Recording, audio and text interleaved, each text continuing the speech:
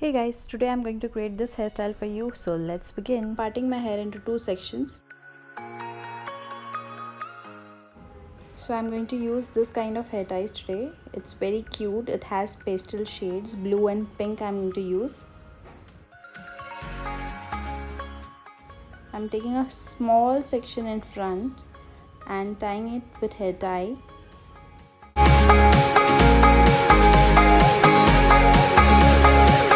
Now I'm going to do the same thing over this side.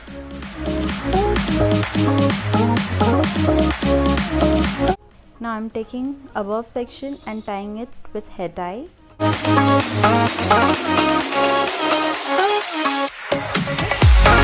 Same thing I'm doing it over here on this side. Now I'm taking both the ponies together and tying it with hair tie.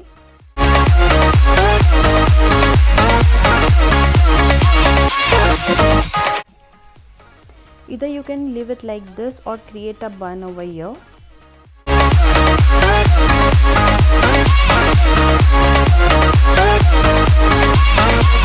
So if you want to create a bun over here, what you can do, you can create a bun like this over here and tie it with bobby pin, so it will look cute.